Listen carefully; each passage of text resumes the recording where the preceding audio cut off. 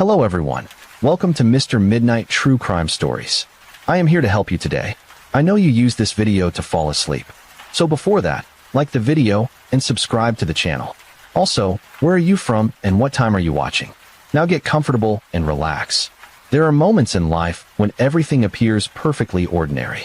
A neighbor waves from their driveway. A family gathers around a dinner table. A couple argues in hushed tones behind closed doors. These are the rhythms of everyday existence, unremarkable and predictable. Yet beneath this veneer of normalcy, something darker can take root. Trust can curdle into betrayal. Love can twist into obsession. And the unthinkable can unfold in spaces where no one thinks to look. Tonight, we examine 5 true crime cases that reveal how ordinary lives can spiral into unimaginable violence. These are not stories of masked strangers or random acts of terror. These are stories of people who lived among us, who smiled at barbecues and attended parent-teacher conferences, who appeared, by all accounts, to be just like everyone else. Until they weren't. Before we begin, a necessary acknowledgement. The stories you're about to hear involve real victims, real families, and real grief that continues long after the courtroom doors close.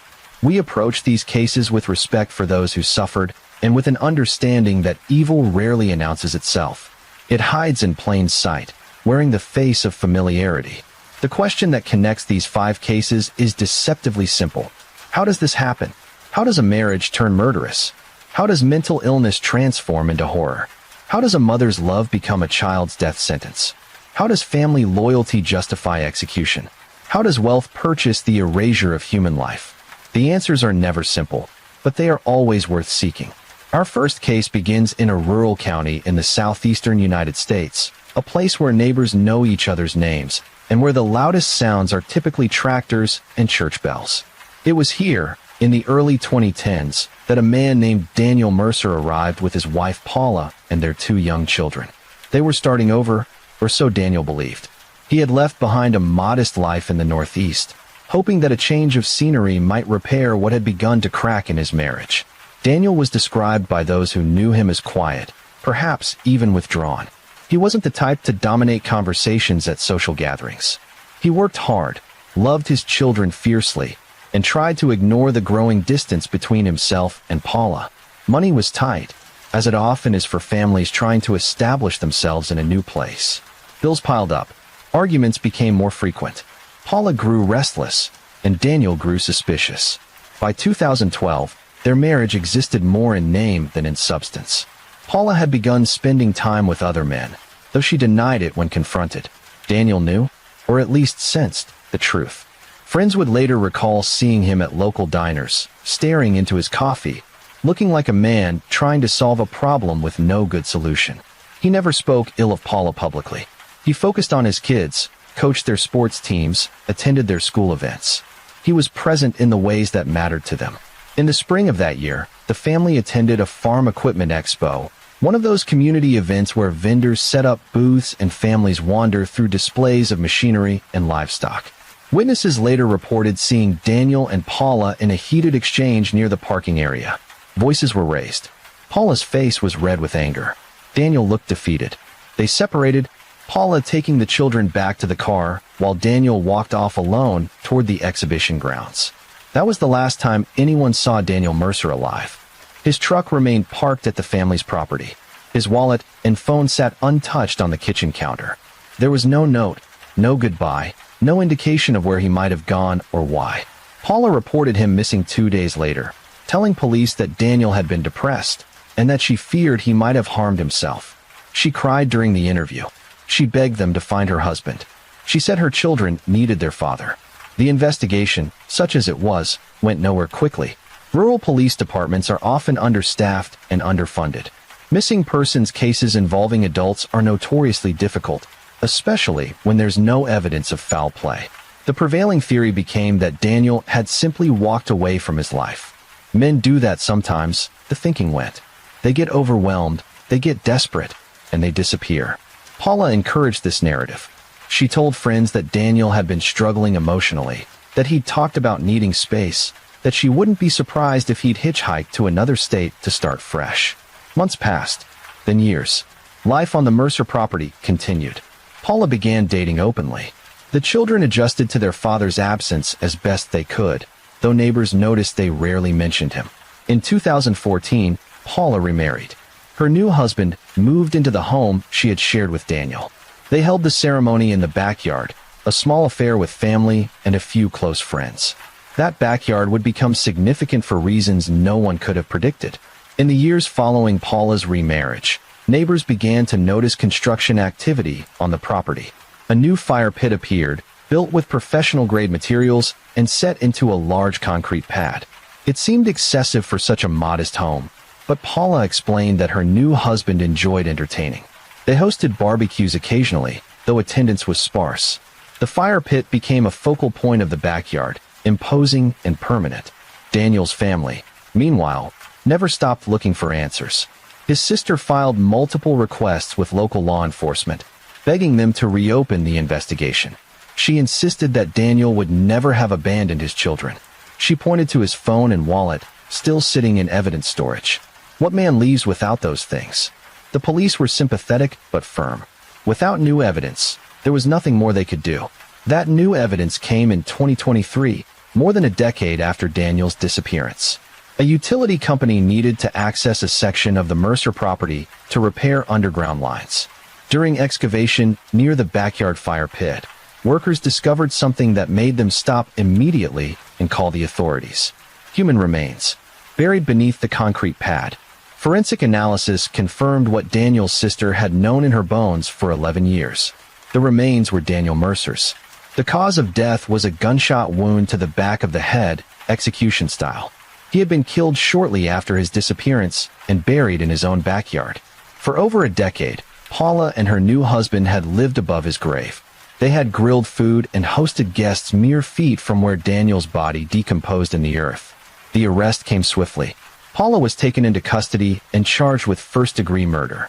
Her husband was charged as an accessory after the fact. The case that followed was as disturbing as it was revealing. Prosecutors presented a timeline showing that Paula had been planning to leave Daniel for months before his death. She had consulted with a divorce attorney, but was concerned about losing custody of the children and facing financial hardship. Daniel had been the primary breadwinner, despite their struggles. His life insurance policy was modest, but enough to provide some stability. Text messages recovered from Paula's old devices painted a chilling picture. In exchanges with her then-boyfriend, later her second husband, she discussed Daniel as an obstacle. She wrote, "He won't just let me go." In another message, sent just days before Daniel's disappearance, she wrote, "I wish he would just disappear." The boyfriend responded, "Maybe he will." During trial, Paula's defense team attempted to introduce an alternative narrative.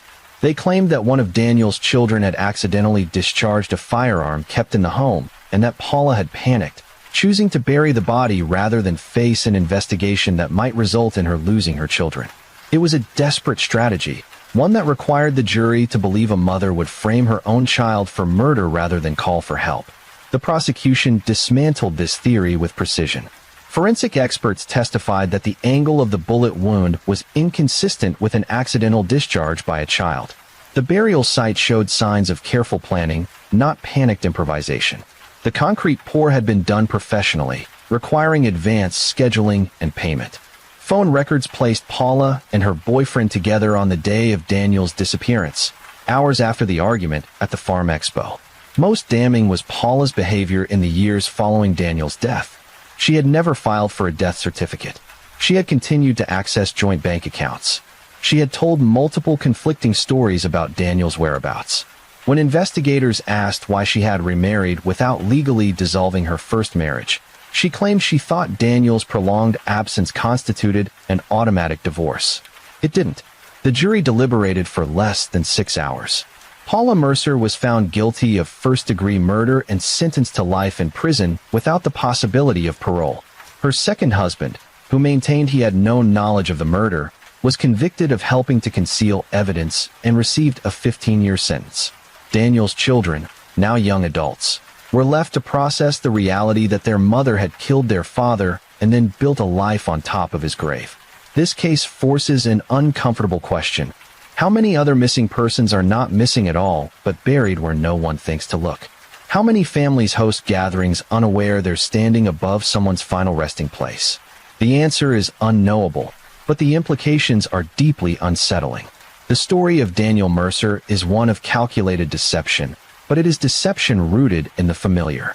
Marital discord, financial stress, infidelity. These are elements that exist in countless households. What separated Paula from others facing similar circumstances was her willingness to cross a line most people never approach. She made a choice, and that choice extinguished a life and devastated two more. As we move into the second case, the nature of violence shifts. We leave behind the realm of domestic calculation and enter territory shaped by profound psychological damage.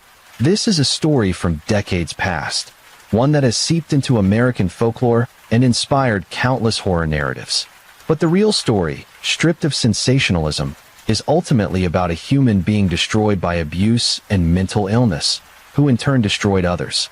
In the rural Midwest, during the middle decades of the 20th century, there was a farming community called Iron Hollow. It was the kind of place where everyone knew everyone, where church on Sunday was non-negotiable, and where social roles were rigidly defined. It was here that a boy named Walter Grimm was raised by a mother whose religious fervor crossed into fanaticism. Walter's father had died when he was young, leaving him alone with a woman who saw sin in nearly every human impulse. She forbade him from having friends. She monitored his every movement. She punished him brutally for infractions real and imagined. She spoke constantly of hellfire, of the corruption of the flesh, of the evil inherent in women outside of holy matrimony. Walter internalized these lessons. He became withdrawn, anxious, incapable of forming normal social bonds. By the time Walter reached adulthood, he was a deeply damaged individual. He had no job skills, no education beyond what his mother had provided, and no concept of how to navigate the world beyond their isolated farmhouse. When his mother died in the late 1940s, Walter was left utterly alone. Neighbors would occasionally see him in town, purchasing supplies, always avoiding eye contact, always hurrying back to the farm as quickly as possible. What no one knew was that Walter's mother's death had triggered something catastrophic in his psyche. She had been the center of his existence, the source of all structure and meaning. Her absence created a void that Walter could not bear. He began visiting her grave obsessively, spending hours sitting beside the headstone, talking to her as if she could still hear him. And then, eventually, he began to bring her back. Walter started robbing graves. He targeted women of a similar age to his mother, women who shared physical characteristics with her. He would dig them up under cover of darkness and bring them back to the farmhouse. What he did there is difficult to recount and should perhaps remain in the realm of clinical description. He preserved parts of them. He created items from their remains. He fashioned a grotesque approximation of the maternal presence he had lost. For years, this behavior went undetected. The cemetery was poorly maintained, and missing bodies were attributed to natural erosion or animal disturbance. Walter kept to himself. He farmed his land just enough to avoid drawing attention. To the few people who interacted with him, he was simply an odd, reclusive man, the kind every small town has. But Walter's compulsions were escalating. Grave robbing, as horrific as it was, eventually proved insufficient. He needed something more immediate, more alive before it was dead.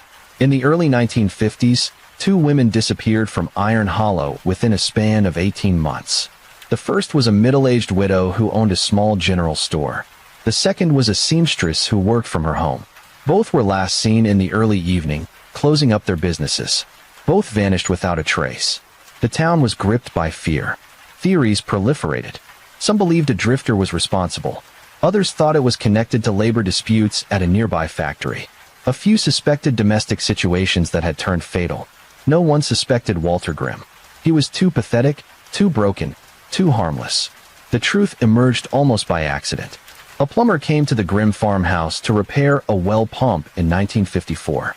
Walter was reluctant to let him inside, but the plumber insisted he needed access to the basement to assess the water system. What he found there ended Walter's life as a free man. The basement was a museum of atrocity. Human remains in various states of preservation. Items crafted from bone and skin. A chair upholstered with human flesh. Masks fashioned from faces. The plumber fled and immediately contacted law enforcement. Walter was arrested without incident. He did not resist. He did not deny what he had done. He spoke about his mother, about loneliness, about needing her close. Walter Grimm was declared criminally insane and institutionalized. He spent the rest of his life in a psychiatric facility, dying in the 1980s without ever expressing remorse or fully comprehending the horror of his actions. The two women whose disappearances had terrorized Iron Hollow were confirmed as his victims, though their remains were never recovered in a state that allowed for proper burial. This case became a touchstone for discussions about the criminally insane, about the limits of legal culpability, and about the role of childhood trauma in shaping violent behavior. It also, unfortunately, became fodder for exploitation. Books, films, and television shows drew from Walter's story, often exaggerating or fictionalizing details to increase shock value. The human beings he killed were reduced to narrative devices. Walter himself became a monster in popular imagination, stripped of the context that might have allowed for a more nuanced understanding. The reality is that Walter Grimm was both victim and perpetrator. His mother's abuse did not excuse his crimes, but it explained them. A society that had better mechanisms for identifying and treating severe mental illness might have intervened before he killed. A community that had been less rigid and more compassionate might have reached him before isolation calcified into madness. These are uncomfortable possibilities because they require us to acknowledge complicity, however indirect, in the horrors that unfold when we look away. Walter's story is also a reminder that mental illness, particularly when combined with trauma and isolation, can produce outcomes that feel incomprehensible to those fortunate enough to have avoided such circumstances. We want to believe that people who commit atrocities are fundamentally different from us, that they possess some innate evil that marks them from birth. The truth is more disturbing. They are made, not born. And the making happens in environments that we, collectively, allow to exist. From the isolation of a Midwestern farmhouse, we now turn to a modern urban setting. The third case involves a young mother, a crowded apartment, and a tragedy that unfolded in the midst of what should have been the most protective relationship in the world. This is a story about systemic failure, about a woman who fell through every crack in the social safety net, and about 3 children who paid the ultimate price. Natalie Cruz was 23 years old in 2020. She lived in a 2-bedroom apartment in a southwestern city, the kind of place where air conditioners run constantly and rent is just barely affordable for those working multiple jobs. Natalie had 3 children, all under the age of 6. Their fathers were not involved. Natalie's own mother had recently died, leaving her without the support system she had relied on for childcare and emotional stability. Natalie worked when she could find someone to watch the kids, usually under-the-table jobs that paid cash and asked no questions. She was drowning in debt. She had untreated postpartum depression following the birth of her youngest child, a condition exacerbated by poverty and trauma.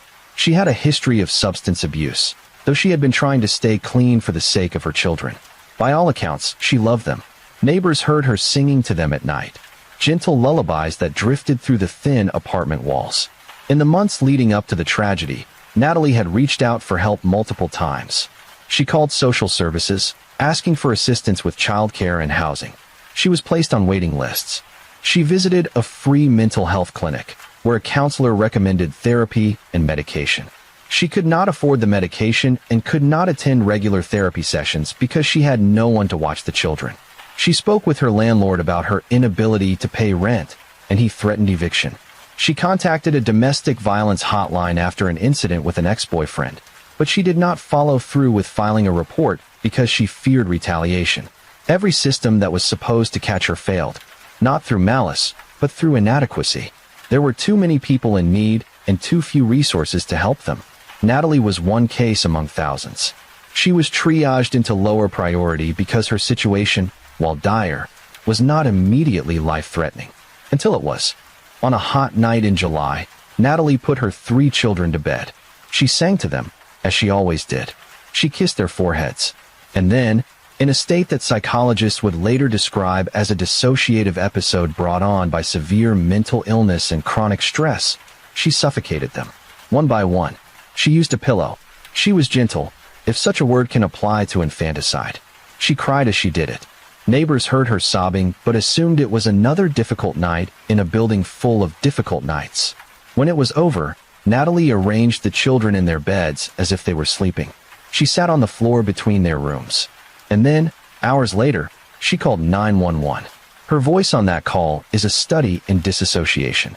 She sounds calm, almost detached. She tells the operator that her children are not breathing. She says she doesn't know what happened. She says she thinks maybe they got sick. The operator asks her to check for pulses to begin CPR. Natalie says she can't. She says it's too late. First responders arrive to find Natalie sitting in the hallway outside the apartment. She did not resist when they entered. She told them, without emotion, that she had killed her children. She said she had to. She said they were suffering and she couldn't protect them anymore. She said it was the only way to keep them safe. The logic was the logic of a fractured mind, but it was logic nonetheless. Natalie was arrested and charged with 3 counts of first-degree murder. The legal process that followed was prolonged and painful. Mental health evaluations were ordered. Natalie was diagnosed with severe major depressive disorder with psychotic features, likely triggered by untreated postpartum depression and compounded by grief, poverty, and isolation. Her public defender argued that she was not competent to stand trial. The prosecution countered that she had been functional enough to call for help afterward, indicating awareness of wrongdoing. Ultimately, Natalie entered a guilty plea in exchange for life sentences without the possibility of parole rather than face a potential death penalty. She made a statement in court before sentencing. She said she was sorry. She said she loved her children. She said she didn't understand what had happened to her. She said she wished someone had helped. The judge, a woman with decades of experience, wept openly as she handed down the sentence. This case ignited a fierce debate about how society treats mothers in crisis, about the gaps in mental health care, about the criminalization of illness. Some argued that Natalie was a victim herself, that she should have been hospitalized rather than incarcerated. Others maintained that regardless of her mental state, she had taken 3 innocent lives and must be held accountable. Both positions contain truth, and both are inadequate to the complexity of what occurred. What remains undeniable is that 3 children died because the systems meant to protect them and their mother failed comprehensively. Natalie had asked for help. She had reached out in the ways she knew how. She had tried to keep going. And when she broke catastrophically. The children's names were Sophia, Marcus, and Elena. Sophia was 5. Marcus was 3. Elena had just turned 2. They were laid to rest in a cemetery on the outskirts of the city, their graves marked with small headstones paid for by a crowdfunding campaign organized by neighbors who had never met them in life. Natalie Cruz remains incarcerated. She receives psychiatric treatment now, though it comes too late for the people who needed her most. Her case is studied in social work programs as an example of cascading failure. It is cited in legislative debates about expanding mental health services. Whether anything meaningful will change as a result is uncertain. Systems are slow to adapt, and the vulnerable continue to fall through. From this modern tragedy, we transition to a case that blends contemporary dynamics with age-old motives. Family violence, when combined with calculated conspiracy, produces a particularly insidious form of murder. The 4th case involves a custody dispute, a family that closed ranks, and a man who was ambushed by the people who claimed to love his children. Aaron Caldwell was an outdoorsman. He lived in a suburb nestled against the mountains of the western United States, a place where hiking trails were 10 minutes away and the air smelled of pine. He worked as a contractor, building custom homes for clients who wanted to escape urban density. He had been married for 7 years when his wife, Lydia, told him she wanted a divorce. The marriage had been troubled for some time. Aaron was often away for work, and Lydia resented the long hours and inconsistent income. She wanted stability, routine, a partner who came home at 5 and helped with dinner. Aaron wanted freedom, adventure, the satisfaction of working with his hands. They had 2 children, a boy of 6 and a girl of 4, who became the focal point of every argument. The divorce proceedings began in early 2024. They were contentious from the start. Lydia wanted primary custody and sought to relocate with the children to another state where her mother and brother lived.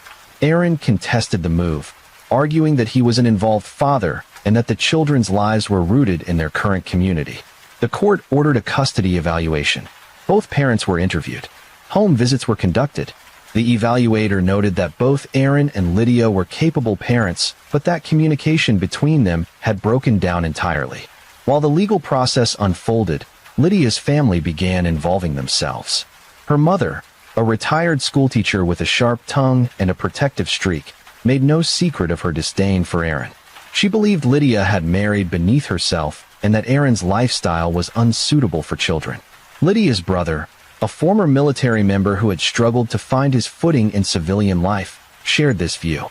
Together, they formed a unit around Lydia, reinforcing her grievances and encouraging increasingly hostile stances.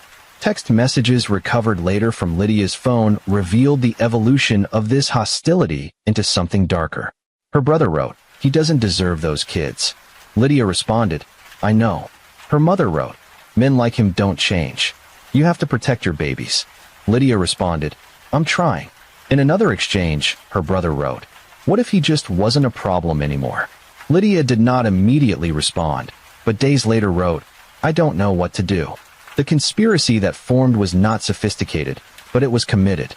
Lydia's brother researched state laws regarding self-defense and justifiable homicide. He discussed with his mother scenarios in which someone might claim they acted in fear for their life. He purchased a firearm legally, a handgun that he kept at his mother's house. Lydia, meanwhile, continued to communicate with Aaron, maintaining a veneer of civility for the sake of the custody proceedings. In late spring, Lydia invited Aaron to her mother's house under the pretense of discussing a potential settlement. She said she wanted to avoid further litigation for the sake of the children. Aaron, hopeful that they might reach an agreement, agreed to meet. He drove to the house alone, arriving in the early evening. What happened next was captured partially by a neighbor's security camera. Aaron parked in the driveway and approached the front door. Lydia let him in. Within minutes, raised voices could be heard. Then came the sound that would alter the trajectory of multiple lives. Gunshots. 3 of them. Then silence. Aaron Caldwell died on the floor of the living room. He had been shot twice in the chest and once in the abdomen. Lydia called 911, breathless and panicked. She told the operator that Aaron had attacked her and that her brother had shot him in defense. She said Aaron had pulled a knife and threatened to take the children. She said she feared for her life. When police arrived, they found Aaron's body and, near his hand, a kitchen knife that appeared to have been placed rather than dropped.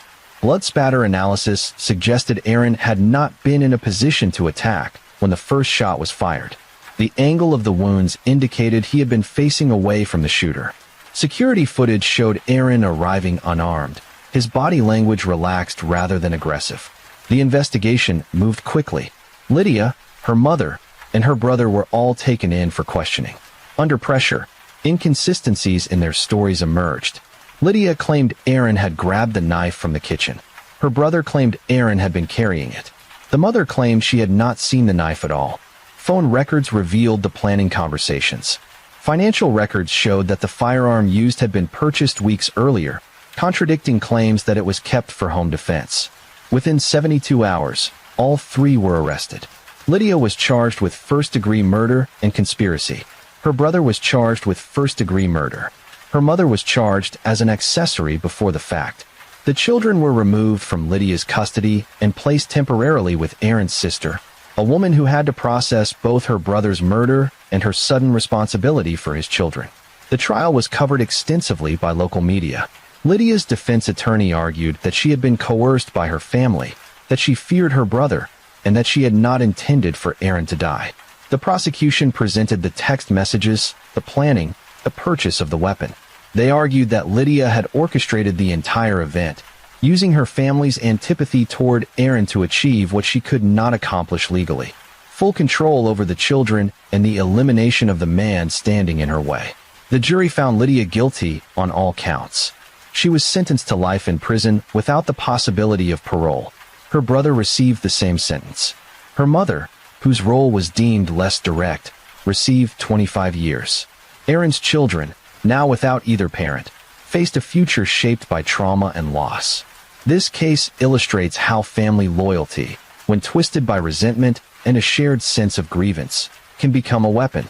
Lydia did not act alone, and perhaps she would not have acted at all without the encouragement and support of her family. But she made the choice to set events in motion. She invited Aaron into a trap. She stood by while he was killed, and she attempted to blame him for his own murder. Aaron's sister later spoke at a victim impact hearing. She said that Aaron had loved his children more than anything, that he had been fighting for them through legal channels because he believed in doing things the right way. She said he had been betrayed by someone he once trusted, by people who claimed to value family above all else. She said the children ask about their father constantly, and that she does not know how to explain to them what their mother did. Family annihilation, or the murder of family members, is often studied in cases where a single individual kills their spouse and children. Less discussed is the phenomenon of family conspiracy, where multiple members collaborate to eliminate someone perceived as a threat. These cases are rarer but reveal dynamics of groupthink, shared delusion, and the dangerous amplification that occurs when violent ideas are validated rather than challenged. As we move into the fifth and final case, the nature of violence shifts again. Here, we encounter murder not born of passion or mental illness or familial enmity, but of cold calculation and the abuse of power. This is a story about money, secrecy, and the lengths to which some people will go to protect their reputations. In the southern United States, in a sprawling metropolitan area known for its wealth disparity and thriving service economy, there lived a woman named Lena Hart. Lena was 31 years old in 2019. By day, she worked as an esthetician at an upscale spa, performing facials and waxing services for wealthy clients. By night, she worked as a high-end escort, a fact she kept meticulously hidden from her family and daytime colleagues. Lena had been in the escort industry for nearly 5 years. She was selective about her clients, maintaining a small roster of regulars who paid well and respected boundaries. She saved her money carefully, planning eventually to leave the work behind and open her own business. She was smart, cautious, and professional. One of Lena's regular clients was a man named Thomas Hale. Thomas was in his mid-50s, a real estate developer who had made a fortune building luxury condominiums and commercial properties. He was married with 3 children, active in his church, and served on the boards of several charitable organizations. His public image was one of integrity and community involvement. His private life was considerably messier. Thomas had been seeing Lena for nearly 2 years. Their arrangement was purely transactional. He paid her generously for her time, and she provided companionship without emotional complication. It was a relationship built on mutual understanding and discretion. Or so Thomas believed. Lena, however, was also involved with a man named Mark Rowan. Mark was younger than Lena, in his late 20s, and their relationship was volatile. Mark knew about Lena's escort work and had fluctuated between acceptance and resentment. He saw her clients as a source of income, but also as rivals for her attention. By early 2019, Mark's resentment had evolved into something more calculating. Mark began pressuring Lena to exploit her client relationships. He suggested she could ask for more money, that wealthy men would pay to keep secrets. Lena resisted initially, understanding that extortion would destroy the professional boundaries that kept her safe. But Mark was persistent, and their relationship was codependent in ways that clouded Lena's judgment. In March 2019, Mark approached Thomas directly. He called Thomas's business office, identified himself as Lena's boyfriend, and requested a meeting. Thomas, alarmed, agreed. They met at a restaurant, and Mark laid out his demands. He wanted $50,000 in exchange for his silence about Thomas's relationship with Lena. He implied that he had documentation, photographs, evidence that could ruin Thomas's marriage and reputation. Thomas Hale was accustomed to solving problems with money, but he also prided himself on being a strategic thinker. He did not respond to Mark's demands with immediate panic. Instead, he told Mark he needed time to consider. He asked for a week. Mark agreed, confident that he had leverage. What Mark did not know was that Thomas Hale had connections that extended beyond legitimate business. Over the years of navigating the cutthroat world of real estate development, Thomas had developed relationships with people who operated in gray and black markets. He knew men who specialized in solving problems that could not be handled through lawyers or accountants.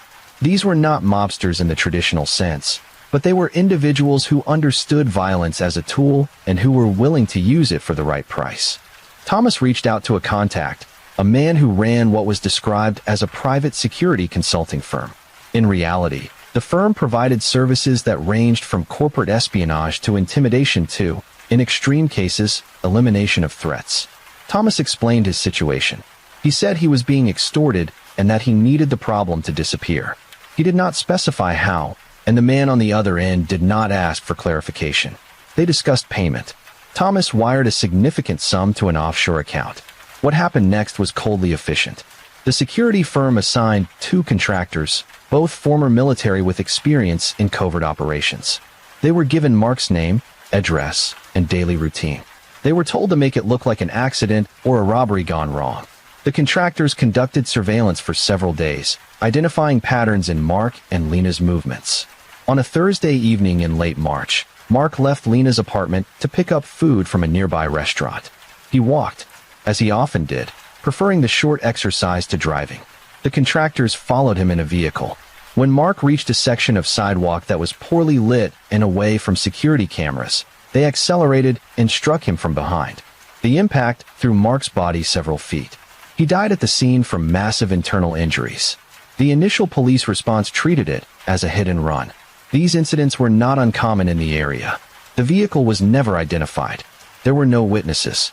The case went cold within weeks. But the contractors had made a critical error. They had not accounted for Lena. After Mark's death, Lena was devastated and suspicious. She knew about Mark's attempt to extort Thomas. She knew that Mark had been meeting with Thomas and had expected money. When Mark died days later, Lena did not believe in coincidences. She went to the police and told them everything. Her statement opened an entirely new investigation. Detectives began looking into Thomas Hale's background, his finances, his associations. They discovered the wire transfer to the offshore account. They identified the security firm and began surveillance. Over the following months, they built a case that connected Thomas to the hit and run. The breakthrough came when one of the contractors, facing unrelated charges in another state, agreed to cooperate in exchange for a reduced sentence. He confirmed that he and his partner had been hired to kill Mark Rowan. He identified Thomas Hale as the client. He provided details about the planning and execution of the crime. Thomas was arrested at his office in front of colleagues and employees. The arrest was dramatic, covered by local news stations. His wife filed for divorce immediately. His charitable board positions evaporated. His business partners distanced themselves. The man who had spent decades building a reputation as a pillar of the community was revealed to have orchestrated a murder to protect his secrets. The trial was complicated by the involvement of multiple parties across state lines. Federal charges were brought because of the wire transfer and the interstate nature of the conspiracy. Thomas's defense attorneys argued that he had never explicitly ordered anyone killed, that he had merely sought protection from extortion, and that the contractors had exceeded their instructions. The prosecution presented the wire transfer, the contractor's testimony, and the convenient timing of Mark's death. They argued that Thomas had known exactly what he was paying for, and that his wealth had allowed him to believe he was above consequences. Thomas Hale was convicted on charges including conspiracy to commit murder and wire fraud. He was sentenced to life in prison without the possibility of parole. The 2 contractors received lengthy sentences as well. The security firm was investigated and eventually shut down, though its principals avoided prosecution by claiming ignorance of illegal activities conducted by independent contractors. Lena Hart's role in the case was complex. She had not participated in the murder, but her relationship with Mark and her initial involvement in his extortion scheme made her a problematic witness. She was granted immunity in exchange for her testimony. After the trial, she left the area and attempted to rebuild her life under a different name. The trauma of losing Mark, regardless of their troubled relationship, and the guilt of feeling partially responsible for his death, haunted her. This case forces a confrontation with uncomfortable realities about wealth and power. Thomas Hale was able to hire killers because he had money and connections. He believed, perhaps rightly, that he could purchase silence and safety. He was accustomed to controlling outcomes through financial means. When faced with a threat he could not buy off, he bought its elimination instead. The willingness of the contractors to kill for money raises questions about the privatization of violence. These were not desperate criminals acting out of immediate need. They were professionals who viewed murder as a service industry. The security firm that employed them operated in a legal gray zone, providing services that were sometimes legitimate and sometimes criminal, shielded by layers of corporate structure and plausible deniability. Mark Rowan, the victim, was not innocent. He attempted extortion. He threatened exposure. He tried to exploit someone else's secrets for financial gain. None of this justified his murder, but it complicates the narrative of pure victimhood. Mark made choices that put him in danger, and those choices had consequences. Whether those consequences should have been death is a moral question, not a legal one. From this web of exploitation, murder, and wealth, we now step back to consider the themes that connect these 5 cases. Each story is distinct in its particulars, but they share common threads that reveal something essential about human nature and the environments that shape it. The first thread is betrayal. Daniel Mercer was betrayed by the woman he trusted most, the mother of his children, the person with whom he had tried to build a life. Walter Grimm was betrayed by a parent who should have nurtured him, but instead warped him. Natalie Cruz was betrayed by systems that promised help, but delivered indifference. Aaron Caldwell was betrayed by family, by people who claimed to act in the interest of his children. Mark Rowan was betrayed by a man who chose murder over accountability. Betrayal is the foundational violence in each case. It precedes the physical act of killing. It creates the conditions in which murder becomes thinkable. When trust is destroyed, when the bonds that are supposed to protect us are severed, the barriers that prevent us from harming each other weaken. The second thread is invisibility. Daniel Mercer's disappearance was dismissed because he was an adult man assumed to have walked away. Walter Grimm's crimes continued for years because no one looked closely at the reclusive farmer. Natalie Cruz's suffering was documented but not addressed because she was one of many in crisis. Aaron Caldwell's concerns about his children's safety were dismissed as bitter divorce tactics. Mark Rowan's death was nearly written off as a random accident. Victims become invisible when we decide their stories are not urgent enough to investigate. This invisibility is not accidental. It is a product of resource scarcity, institutional apathy, and social hierarchies that determine whose suffering matters. Poor mothers, isolated men, mentally ill individuals, and people involved in criminalized activities all occupy spaces where society's attention is sporadic at best. When something terrible happens to them, or when they do something terrible, the response is often too little and too late. The third thread is the illusion of control. Paula Mercer believed she could kill her husband and live a normal life. Walter Grimm believed he could satisfy his compulsions without consequence. Lydia Caldwell believed she could eliminate her ex-husband and claim self-defense. Thomas Hale believed he could purchase murder without being traced. All of them were wrong, but their actions were predicated on the belief that they could manage the aftermath, that they were smarter or more careful than others who had been caught.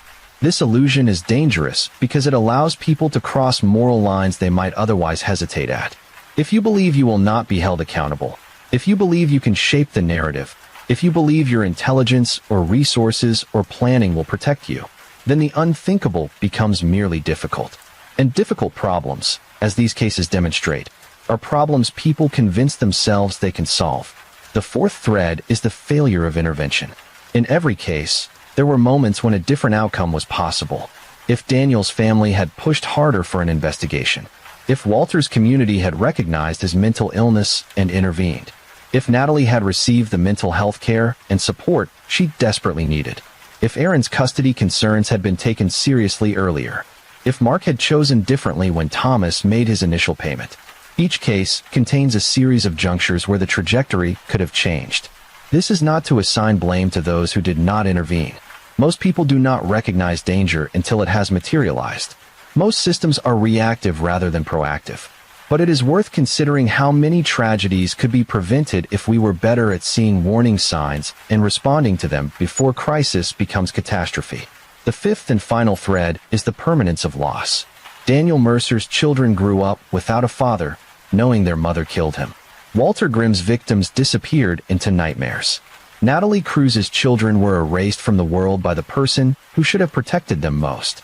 Aaron Caldwell's children lost both parents in a single event. Mark Rowan's death left his family with questions and grief. Every murder creates a void that cannot be filled. Every act of violence ripples outward, touching lives in ways that are impossible to fully quantify. The dead do not come back. The trauma does not fade. Families do not recover in any complete sense. Justice, when it comes, is a poor substitute for prevention. Accountability is necessary, but it is not restoration. The finality of these outcomes is what makes them so devastating. As we consider these cases together, certain patterns become undeniable. Violence is rarely spontaneous. It is built, layer by layer, through choices and circumstances. It emerges from environments that are neglectful, abusive, or indifferent. It thrives in silence and secrecy, and it leaves wreckage that extends far beyond the immediate victims. One of the most difficult aspects of examining true crime is resisting the urge to reduce perpetrators to monsters. The term monster is emotionally satisfying. It creates distance. It reassures us that we are fundamentally different from those who commit atrocities. But this reassurance is false. The people in these cases were, for most of their lives, ordinary. They had families, jobs, hobbies, routines. They were capable of kindness and cruelty, often simultaneously. They were human. Recognizing their humanity does not excuse their actions. It does not diminish the horror of what they did. But it is necessary if we want to understand how violence happens and how it might be prevented. Monsters are born fully formed in fairy tales. In reality, they are made through processes that are observable and, to some extent, addressable. Consider Paula Mercer. She was a woman in a failing marriage, facing financial instability, attracted to another man. Millions of people face these circumstances. The vast majority do not commit murder. What separated Paula was her willingness to view her husband as an obstacle rather than a person. She dehumanized him, not in the sense of hating him, but in the sense of ceasing to consider his existence as having intrinsic value. He became a problem to solve. Once that mental shift occurred, violence became a solution. This dehumanization is a common feature in intimate partner violence. The abuser, or in this case the murderer, stops seeing the other person as fully real. They become an abstraction, a barrier, a source of inconvenience. Empathy collapses. The moral prohibition against killing weakens because the target is no longer perceived as someone whose life matters in the same way the perpetrator's life matters. Walter Grimm's case illustrates a different pathway to violence. His dehumanization of others was rooted in profound psychological damage. His mother's abuse and indoctrination had so warped his development that he could not form normal attachments. Women, in his mind, were not people but objects or symbols. His grave robbing and eventual murders were attempts to construct meaning in a psyche that had been shattered before it could fully form. Walter needed intervention long before he became dangerous. His isolation should have triggered concern. His mother's treatment of him was abusive in ways that neighbors surely noticed but chose not to report. The failures here are collective. A community that had been more willing to intervene in private family matters, that had recognized mental illness as something requiring treatment rather than shame, might have changed the outcome. This is speculative, but it is not unreasonable. Natalie Cruz's dehumanization was of a different nature entirely. She did not dehumanize her children in the traditional sense. She loved them, but her mental state had deteriorated to a point where she perceived their continued existence as a form of suffering she could end. This is psychotic logic, the product of a mind that has lost its grip on reality. She believed, in the moment of the murders, that she was acting out of love. This makes her actions no less horrific, but it places them in a different category than premeditated, calculated killing. Natalie's case is a reminder that mental illness can be as dangerous as malice. When someone is experiencing psychosis, their actions are driven by perceptions and beliefs that are fundamentally distorted. They are not making choices in the way a rational person makes choices. They are responding to a reality that does not exist. This does not absolve them of legal responsibility, but it does shift the moral calculus. The question of how to respond to crimes committed during psychotic episodes is one of the most challenging in criminal justice. On one hand, the harm is real and demands accountability. On the other hand, punishing someone for actions taken while their mind was not functioning properly feels like punishing someone for having a seizure while driving. The intent is absent, even if the consequence is devastating. Lydia Caldwell and her family represent a return to calculated violence. There was no psychosis here, no childhood trauma that broke something fundamental. There was anger, resentment, and a shared belief that Aaron was an impediment to the life Lydia wanted. The conspiracy was not sophisticated, but it was committed. 3 adults decided, collectively, that murder was an acceptable solution. The presence of multiple people made the decision easier, not harder. Each participant reinforced the other's resolve. This is the danger of echo chambers, whether they exist online or in living rooms. Thomas Hale's case is perhaps the most chilling because of its cold rationality. Thomas did not act in passion or mental breakdown or even shared delusion. He performed a cost-benefit analysis. The cost of paying Mark's extortion demand was $50,000 and the risk of future demands. The cost of eliminating Mark permanently was higher financially, but removed the threat entirely. Thomas chose the option that best protected his interests. This is sociopathy in action, not the chaotic violence of a disordered mind, but the calculated violence of someone who values their own comfort above human life. Sociopathy, or antisocial personality disorder, is characterized by a lack of empathy and remorse. People with this condition are capable of understanding social norms and laws intellectually, but they do not feel the emotional weight of violating them. They can mimic appropriate emotional responses, but the responses are performances rather than genuine experiences. This allows them to function in society, often quite successfully, while engaging in behavior that would be unthinkable to most people. Thomas was not a serial killer. He did not enjoy violence. He simply did not feel the moral prohibition against it that most people feel. When faced with a problem, he selected the most efficient solution available. That the solution involved ending a human life was, to him, no more significant than any other logistical consideration. This is what makes sociopathy so disturbing. It is not about insanity or evil in the dramatic sense. It is about absence. The absence of empathy, of connection, of the fundamental recognition that other people are as real and important as oneself. These 5 cases also illustrate the varying effectiveness of the criminal justice system. Paula Mercer was caught because of physical evidence and forensic science. Walter Grimm was caught by accident. Natalie Cruz turned herself in. Lydia Caldwell was caught because of investigative work and forensic analysis. Thomas Hale was caught because one of his co-conspirators cooperated. In each case, justice arrived, but the paths were different and the outcomes uneven. Paula is serving life without parole. Walter spent decades institutionalized. Natalie is serving life without parole. Lydia is serving life without parole. Thomas is serving life without parole. The sentences are similar, but the moral culpability varies widely. This raises questions about how we assign punishment and whether a one-size-fits-all approach to sentencing serves justice or merely provides consistency. There is an argument that Natalie, who is severely mentally ill, should be in a psychiatric facility rather than a prison. There is an argument that Walter, who is also severely mentally ill, was appropriately institutionalized rather than executed. There is an argument that Paula, Lydia, and Thomas, who acted with premeditation and clear intent, deserve the harshest sentences available. These arguments have merit, but they do not resolve the underlying tension between accountability and compassion, between punishment and rehabilitation. The victims in these cases also occupy different positions. Daniel Mercer was an innocent man murdered for convenience. Walter Grimm's victims were innocent women killed to satisfy delusions. Natalie's children were innocent in every sense. Aaron Caldwell was an innocent man killed to resolve a custody dispute. Mark Rowan was attempting extortion but did not deserve execution.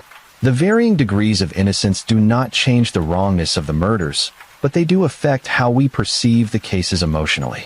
It is worth noting that true crime as a genre often focuses disproportionately on certain types of victims. White women receive more media attention than women of color. Middle-class victims receive more attention than poor victims. Victims with conventional lifestyles receive more attention than those involved in criminalized activities. This disparity reflects broader social biases about whose lives are valued and whose deaths are mourned. Mark Rowan's story, for instance, likely received less sympathetic coverage than it might have if he had been a teacher or an engineer. His involvement in extortion made him an imperfect victim, and imperfect victims are often denied the full weight of public sympathy. This is unjust. A person's worth is not determined by their worst decision. Mark made a terrible choice, but he was still a human being whose life had value. His death was still a tragedy, even if it was a complicated one. Similarly, Natalie Cruz is often discussed in ways that reduce her to either pure villain or pure victim. She is neither. She is a woman who committed an unforgivable act while in the grip of severe mental illness. She is responsible for what she did, but she is also a casualty of systemic failures that left her without the help she needed. Both things can be true simultaneously. This complexity is what makes true crime compelling and frustrating. We want clear villains and heroes. We want easy answers. Reality provides neither.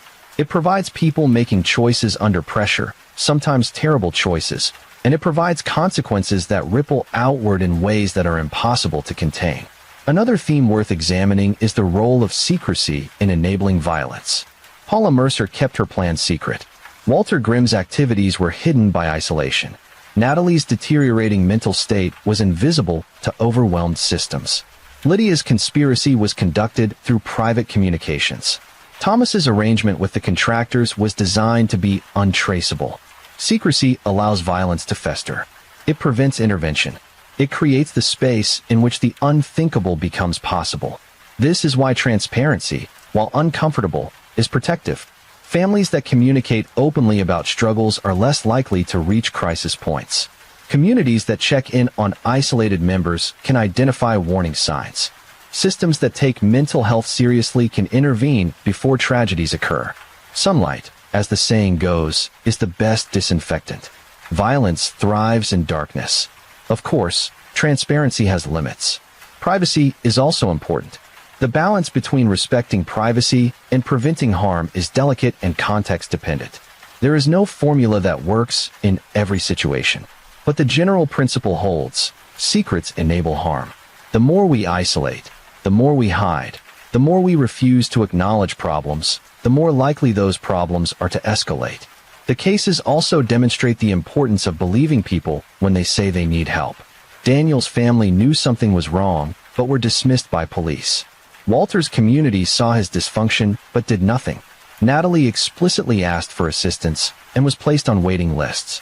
Aaron expressed concerns about his safety that were treated as litigation tactics. Mark's death was initially assumed to be an accident despite his recent conflict with Thomas. In each instance, there were people who knew or suspected that something was wrong. Their concerns were not taken seriously until it was too late. This pattern of dismissal is partly structural. Police departments, social services, and courts are overwhelmed. They must triage, and triage means that some concerns are deprioritized. But it is also cultural. We are taught not to interfere in other people's business. We are skeptical of claims that seem dramatic or unlikely. We assume that people who are truly in danger will somehow make that danger undeniable. These assumptions are wrong more often than we like to admit. Believing people does not mean accepting every claim uncritically. It means taking concerns seriously enough to investigate. It means erring on the side of caution when someone says they fear for their safety or the safety of others. It means recognizing that people often minimize their own danger because acknowledging it feels overwhelming. It means understanding that by the time someone asks for help, they have usually been struggling for far longer than they are willing to admit. If Natalie Cruz had been believed when she said she could not cope, if she had been given immediate access to mental health care rather than placed on a waiting list, her children might be alive. This is not speculation. It is a reasonable conclusion based on what we know about postpartum psychosis and intervention efficacy. The system failed her, and through her, it failed her children. If Aaron Caldwell's concerns about Lydia's behavior had been taken more seriously during custody proceedings, if the court had recognized the escalating hostility, it might have implemented safeguards that prevented the ambush. This is also not speculation. Family courts regularly deal with high-conflict cases, and they have tools for managing danger. Those tools were not used, and Aaron paid with his life. The role of firearms in these cases is also worth noting. Aaron was shot. Mark was killed by contractors who used a vehicle, but Thomas's security firm certainly had access to firearms. America's relationship with guns is fraught and contentious, but it is undeniable that the availability of firearms makes certain types of violence easier to commit. A knife requires close proximity and sustained effort. A gun allows distance and immediacy. This is not an argument for or against gun control. It is an observation about lethality. The cases that involved firearms resulted in deaths that were swift and final. There was no opportunity for the victim to escape or for the perpetrator to reconsider. Once the trigger is pulled, the decision is made. This finality is what makes firearms so dangerous in the hands of people who are emotional, impulsive, or calculating. Lydia's brother purchased his firearm legally. He passed a background check. He had no criminal history. On paper, he was exactly the kind of person who should be allowed to own a gun. The problem is that background checks cannot identify intent. They cannot predict that someone will use a legally purchased weapon to commit murder. They can only screen out people who have already broken laws. This is a limitation of the system, not a flaw that can be easily corrected. The question of how to prevent firearm violence without infringing on the rights of responsible gun owners is one of the most challenging policy debates in American society. There are no easy answers. What is clear is that the status quo results in tens of thousands of deaths annually, many of which are preventable. Whether the prevention comes through regulation, education, mental health intervention, or some combination of approaches is a question that continues to divide communities and legislators. Beyond firearms, the cases illustrate the role of technology in both enabling and solving crimes. Paula Mercer's social media activity after Daniel's disappearance raised suspicions. Text messages between Lydia and her family provided critical evidence. The wire transfer from Thomas to the security firm created a financial trail. Security camera footage captured Aaron's arrival and contradicted the self-defense claim. Cell phone records placed people at scenes and times that they claimed to be elsewhere. Technology has made certain types of crime more difficult to conceal. Digital footprints are pervasive. Communications leave records. Financial transactions are traceable. This is, in many ways, a positive development for justice. It is harder now than it once was to commit a perfect crime. But technology also creates new avenues for surveillance and control, raising privacy concerns that must be balanced against security needs. The 5 cases also differ significantly in how they were covered by media. Paula Mercer's case received moderate local coverage, but did not become a national story. Walter Grimm's case, because of its grotesque nature and historical distance, became the subject of books, documentaries, and fictionalized adaptations. Natalie Cruz's case was covered extensively during the trial, often in ways that sensationalized her mental illness rather than examining systemic failures. Lydia Caldwell's case received significant regional coverage, particularly because of the family conspiracy angle. Thomas Hale's case was covered as a scandal, focusing on his fall from social prominence. The way media covers crime shapes public perception. Sensationalized coverage can create fear that is disproportionate to actual risk. It can also reduce complex situations to simple narratives of good versus evil. Responsible crime journalism requires balancing the public's right to information with respect for victims and an understanding of the broader context in which crimes occur. One of the frustrations of true crime coverage is the focus on perpetrators over victims. We learn the killers' names. We study their psychology. We analyze their motives. The victims often become secondary, reduced to brief descriptions and family photographs. This imbalance reflects a cultural fascination with transgression, with the question of how someone could do such a thing. But it comes at the cost of centering the people who suffered. Daniel Mercer was more than a man who was murdered and buried in his backyard. He was a father who coached Little League. He was someone's son, someone's brother. His children lost not only their father, but also their childhood sense of safety. Their trauma is lifelong. Yet the case is often discussed primarily in terms of Paula's actions and trial, as if Daniel's existence mattered less than his wife's betrayal. Walter Grimm's victims were women with lives, families, businesses. They were not simply bodies discovered in a basement. They had names, histories, people who loved them. The focus on Walter's psychological profile, while understandable from a clinical perspective, often overshadows their humanity. They become footnotes in his story rather than the center of their own. Sophia, Marcus, and Elena Cruz were children with personalities, preferences, futures. They are remembered now primarily as the victims of their mother's crime. We know little about who they were because their lives were ended before they had a chance to become fully themselves. This is the ultimate tragedy of crimes against children. Not only are they killed, but they are also erased, remembered only in the context of their deaths. Aaron Caldwell loved hiking, built things with his hands, wanted to be present in his children's lives. These details are often mentioned briefly before the narrative moves on to the conspiracy against him. His children are growing up now in the care of his sister, trying to process a trauma that will shape the rest of their lives. Their story is ongoing, but it will likely never be told publicly in detail because they deserve privacy to heal. Mark Rowan made a terrible decision to attempt extortion, but he was also someone's son, someone's friend. His death is often discussed primarily as the inciting incident in Thomas Hale's prosecution. His life is reduced to his worst choice, and while that choice was significant, it was not the totality of who he was. Every person contains multitudes. Every person who dies violently is more than the circumstances of their death. Centering victims in true crime discussions is difficult because the information available about perpetrators is often more detailed. Court records, psychiatric evaluations, confessions, and trial testimony provide insight into the minds of killers.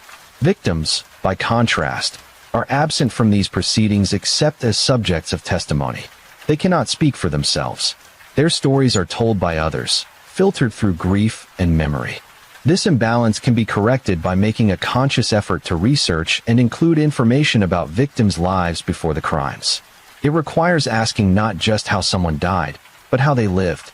It means recognizing that the significance of these cases lies not in the psychology of the perpetrators, but in the loss experienced by those left behind. Families of victims often express frustration with true crime media. They see their loved ones reduced to plot points. They watch as killers become celebrities, subjects of fascination and even admiration.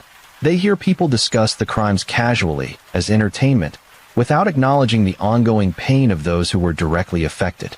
This frustration is valid. True crime consumption should come with an awareness of the real people behind the stories and a commitment to approaching these cases with empathy and respect. The ethics of true crime as a genre are complex.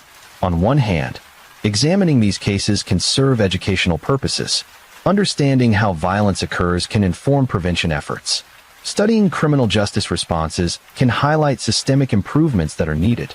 Providing detailed accounts of crimes can satisfy legitimate public interest in understanding human behavior at its extremes.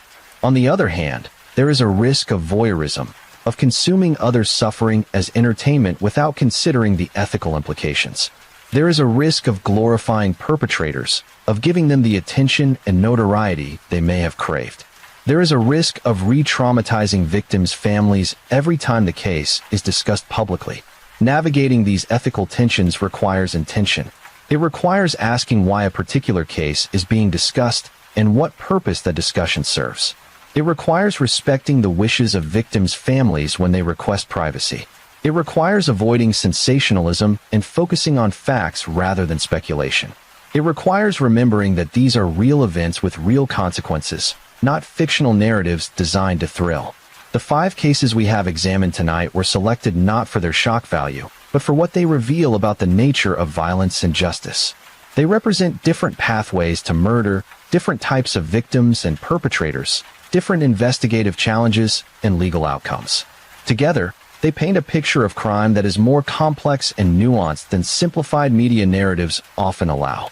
If there is a lesson to be drawn from these cases, it is that violence is preventable more often than we acknowledge. Not always, but often.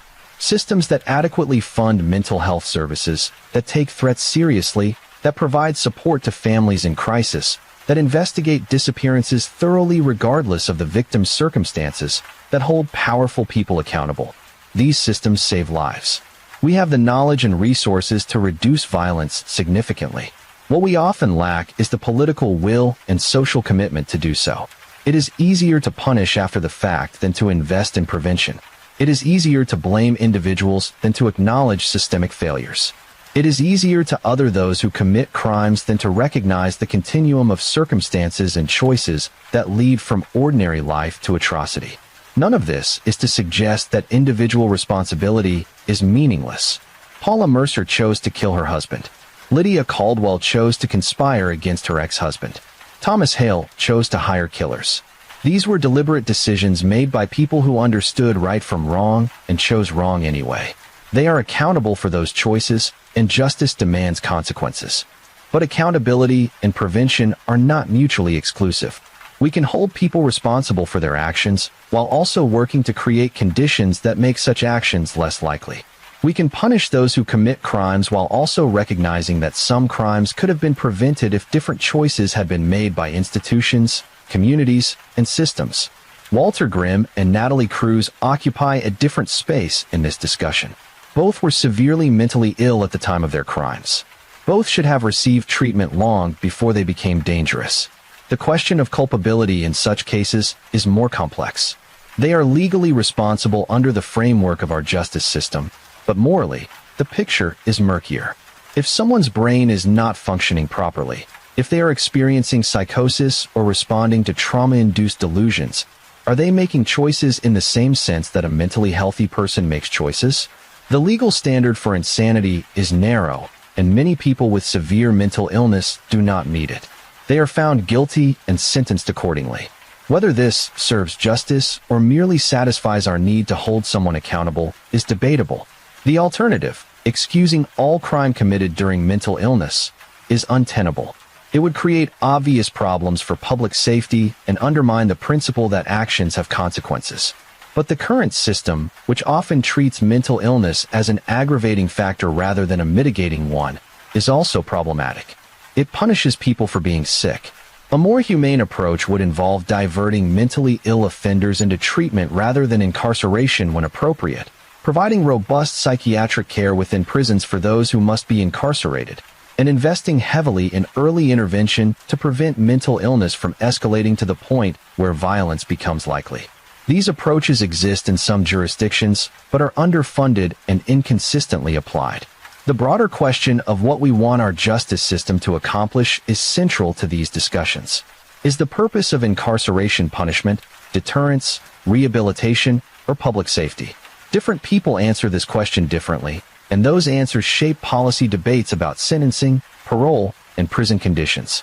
If the purpose is punishment, then long sentences for severe crimes make sense. Society expresses its condemnation of certain acts by imposing harsh consequences. This satisfies a moral intuition that wrongdoing must be met with suffering proportional to the harm caused.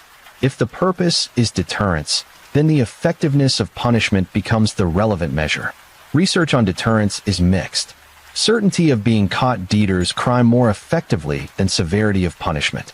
People who commit crimes in the heat of passion or during mental health crises are not calculating cost-benefit analyses. Deterrence works best for premeditated crimes where the perpetrator is rational. If the purpose is rehabilitation, then the focus shifts to changing the person who committed the crime so they will not reoffend. This requires programming, education, therapy, and eventually reintegration into society.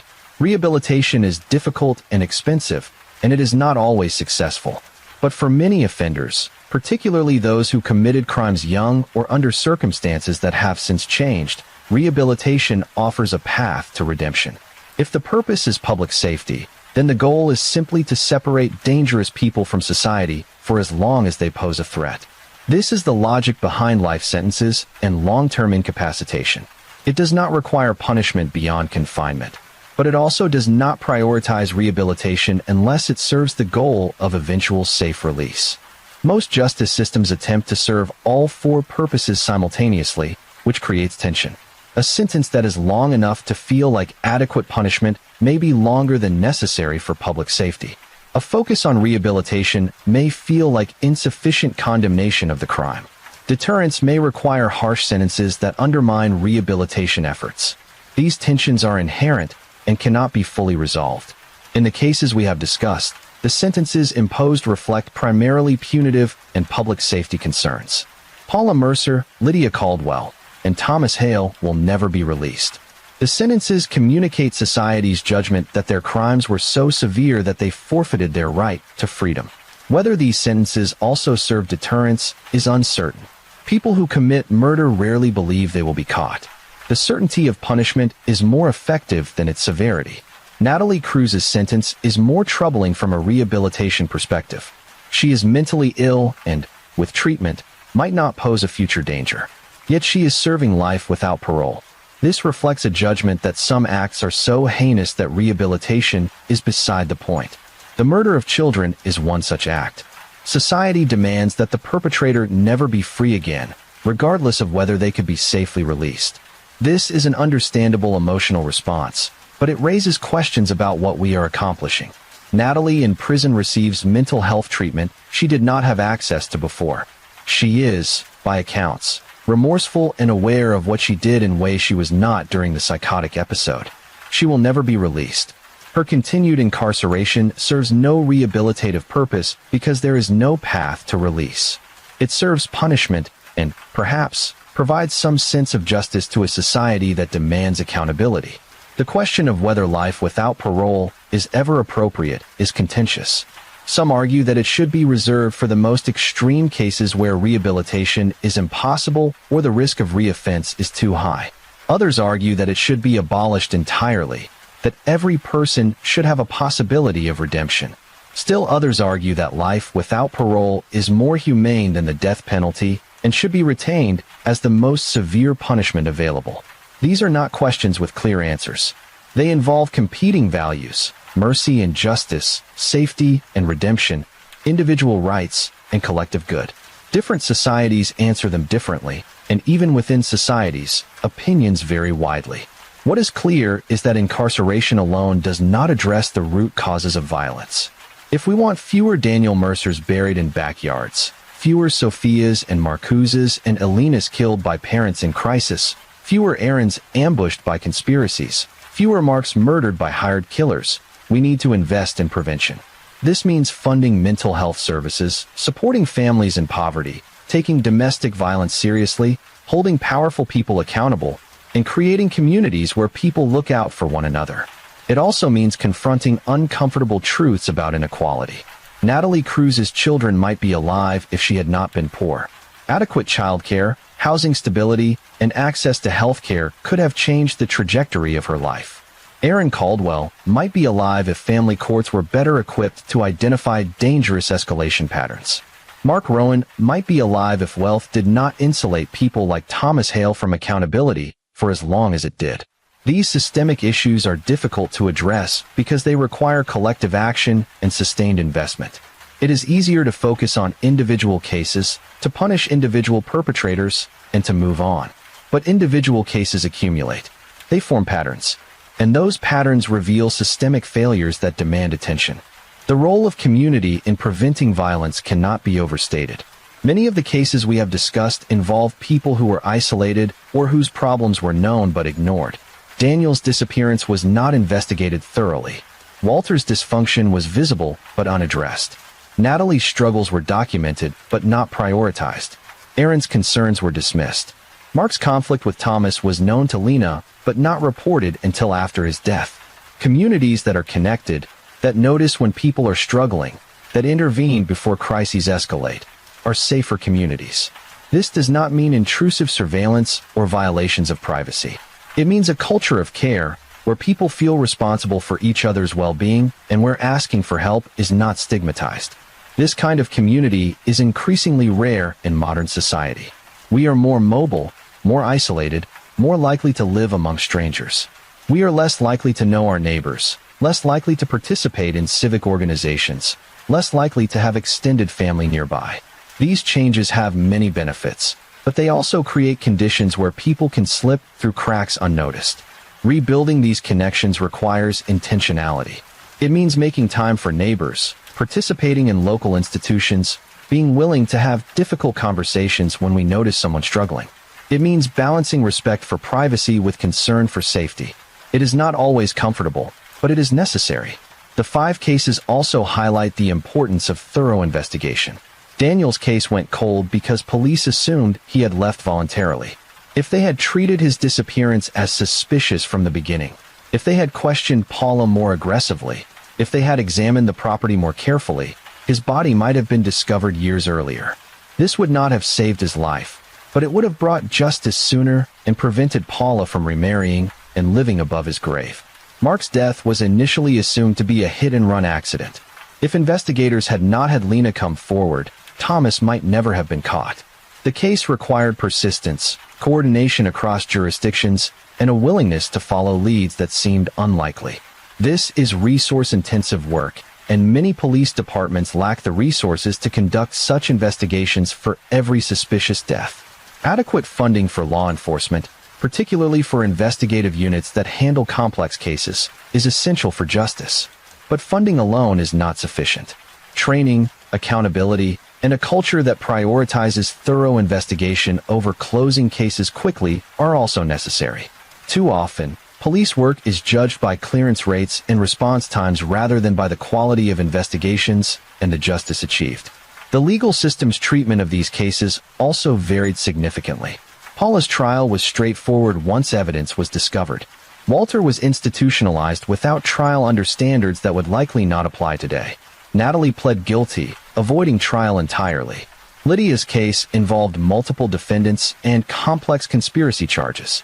Thomas's case required federal involvement and international cooperation. Each case demanded different legal expertise and resources. Public defenders handling Natalie's case faced the challenge of representing a client who was clearly guilty but severely mentally ill. Prosecutors in Thomas's case had to build a complex case involving wire fraud and conspiracy across state lines. The variability in legal complexity affects outcomes and can create disparities in justice. Wealthy defendants like Thomas can afford high-quality legal representation that may be unavailable to defendants like Natalie. This creates a two-tiered justice system where outcomes depend partly on financial resources. While Thomas was ultimately convicted, the trial was lengthy and expensive, and had he been able to afford even better attorneys, or if the case had been slightly different, he might have avoided conviction entirely. This disparity undermines the principle that justice should be blind to wealth and status. Efforts to address it, through adequately funding public defenders, limiting the advantages of expensive legal representation, and ensuring that all defendants have access to expert witnesses and investigative resources, are ongoing but insufficient. Another dimension worth exploring is the impact of these crimes on communities. Gulf County, where Daniel Mercer was murdered, is a small rural area where people know each other. Paula's arrest and trial shocked residents who had interacted with her for years. Some felt betrayed that someone they had trusted was capable of such deception.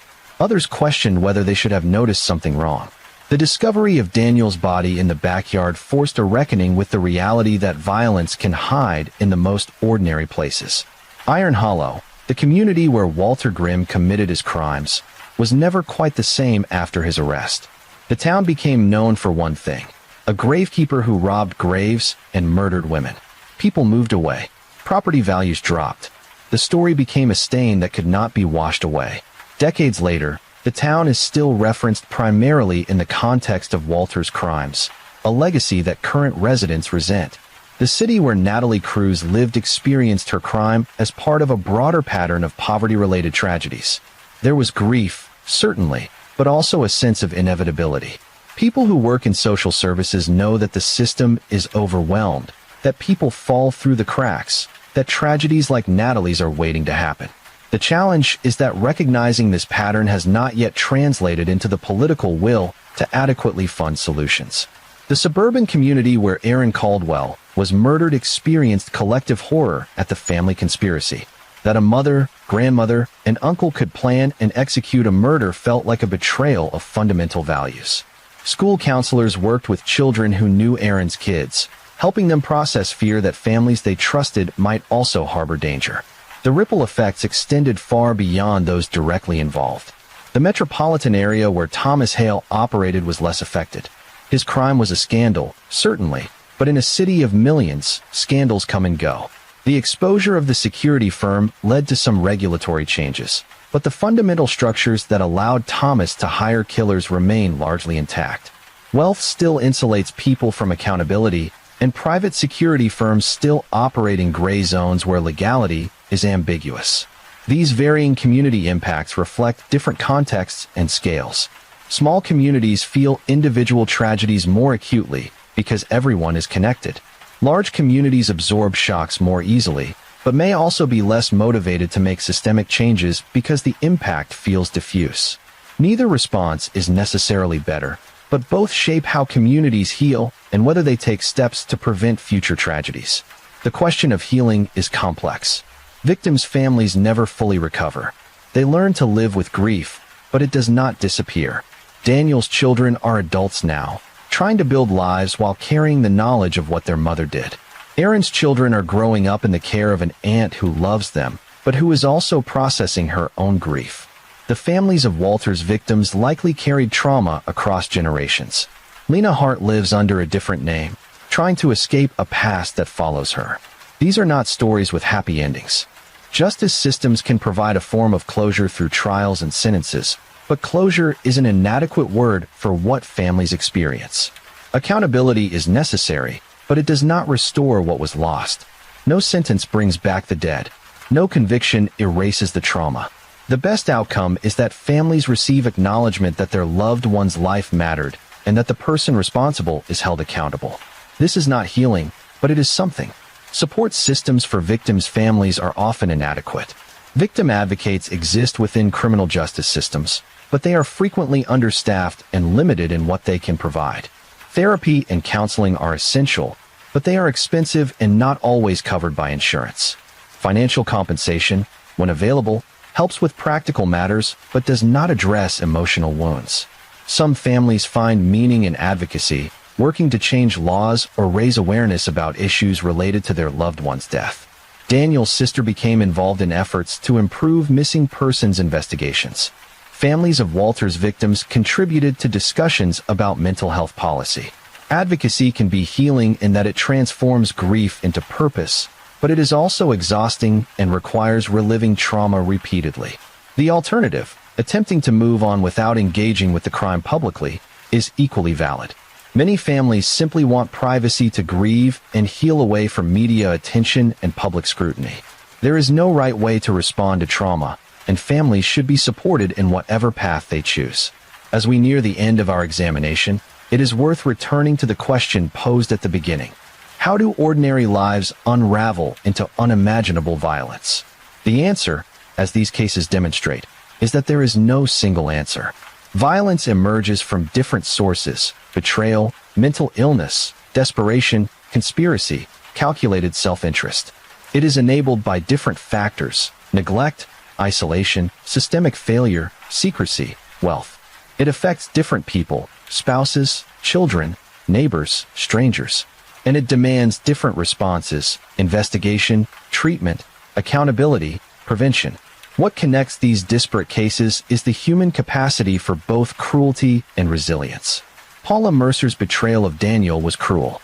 The community that rallied to fund Sophia, Marcus, and Elena's burials demonstrated resilience. Walter's crimes were horrors. The mental health professionals who treated him and continue to treat people like him demonstrate commitment to healing even the most damaged among us. Natalie's killing of her children was a tragedy of illness and neglect. The social workers who continue working in overwhelmed systems demonstrate dedication to preventing future tragedies despite inadequate resources. Lydia's conspiracy was cruel. Aaron's sister's decision to raise his children demonstrates love. Thomas's calculation was monstrous. The investigators who pursued the case across jurisdictions demonstrated commitment to justice. Violence is part of human experience. It has always existed and likely always will. But its frequency and forms are not fixed. They are shaped by choices, individual and collective. We choose how we fund mental health services. We choose how we investigate crimes. We choose how we support families in crisis. We choose how we hold powerful people accountable. We choose whether we look away when someone needs help or whether we intervene. These choices accumulate into the society we create. A society that values punishment over prevention will have different outcomes than one that prioritizes both. A society that adequately funds services for vulnerable populations will prevent tragedies that an underfunded society will experience. A society that takes threats seriously will save lives that a dismissive society will lose. This is not utopian thinking. It is practical recognition that violence is often preventable. Not always, not easily, but often enough that the effort is worthwhile. The cases we have examined are tragedies, but they are also lessons. They teach us where systems failed, where individuals made catastrophic choices, where communities could have intervened. If we pay attention, if we learn, if we commit to doing better, we can reduce the frequency of such cases. Of course, there will always be people like Thomas Hale, whose lack of empathy makes them dangerous regardless of systemic support. There will always be unexpected psychotic breaks, sudden escalations that could not have been predicted. There will always be violence that defies prevention. But much of what we have discussed tonight was predictable and preventable. That is both sobering and hopeful. It is sobering because it means that Daniel, Sophia, Marcus, Elena, Aaron, Mark, and Walter's victims died in part because of failures that could have been addressed. It is hopeful because it means that future deaths can be prevented if we address those failures now. The question is whether we will. True crime stories serve a purpose beyond entertainment. They force us to confront uncomfortable realities about human nature and social structures. They remind us that violence is not abstract, not something that happens only to other people in distant places. It is real, close, and often hiding behind ordinary facades. And they challenge us to ask what we are willing to do to prevent it. As viewers and listeners, our role is not passive. We can support organizations that work to prevent violence. We can advocate for policies that fund mental health services, improve investigative resources, and support families in crisis. We can be attentive neighbors and community members, willing to check in when someone seems to be struggling. We can educate ourselves about warning signs and know how to respond. These are not dramatic actions, but they are meaningful. We can also approach true crime consumption ethically. We can remember that the stories we listen to are real. We can resist the urge to sensationalize or to glorify perpetrators. We can center victims in our understanding of these cases. We can respect the privacy of families when they request it. And we can be thoughtful about what these stories teach us rather than simply consuming them as entertainment. The cases of Daniel Mercer, Walter Grimm, Natalie Cruz, Aaron Caldwell, and Mark Rowan are now part of the public record. They cannot be undone. The lives lost cannot be restored. But they can be remembered with respect and with a commitment to learning from the failures that allowed these tragedies to occur. If you've stayed with us through this examination, you've engaged with difficult material. You've sat with discomfort, with grief, with the reality of what humans are capable of at their worst. That engagement matters. It is easy to look away from violence, to dismiss it as something that happens to other people. It is harder to look directly at it, to understand it, and to commit to doing something about it. Before we close, a reminder that if you or someone you know is struggling with mental health issues, domestic violence, substance abuse, or any crisis that feels overwhelming, help is available. The National Suicide Prevention Lifeline, the National Domestic Violence Hotline, and similar services exist to provide support. Reaching out is not weakness. It is survival, and it is always worth it. If you know someone who seems to be isolating, who expresses concerning thoughts, who is going through a difficult situation, check in. A simple conversation can make a difference. You don't need to have solutions. You just need to be present and willing to listen. Sometimes that is enough to prevent a tragedy. If you are in law enforcement, social services, healthcare, or any field that intersects with vulnerable populations, know that your work matters profoundly. You operate within systems that are often inadequate and always demanding. But every thorough investigation, every compassionate intervention, every risk assessment that identifies danger before it materializes, these actions save lives. Your work is seen, even when it feels invisible. As we conclude this examination of 5 true crime cases, take a moment to reflect on what you've heard. Consider the themes of betrayal, invisibility, the illusion of control, failed intervention, and permanent loss. Consider how these themes appear in the world around you. Consider what you can do, in your own sphere of influence, to prevent violence and support those who have been affected by it. Thank you for listening with attention and respect. Thank you for being willing to engage with difficult material. Thank you for remembering that behind every case are real people whose lives and deaths matter. If you found this examination valuable, please like the video and subscribe to the channel. Share your thoughts respectfully in the comments. Let us know where you're watching from and what reflections this examination has prompted. Most importantly, carry forward the awareness that violence often has warning signs, that prevention is possible, and that we all have a role to play in creating safer communities. Good night, and may we all commit to doing better.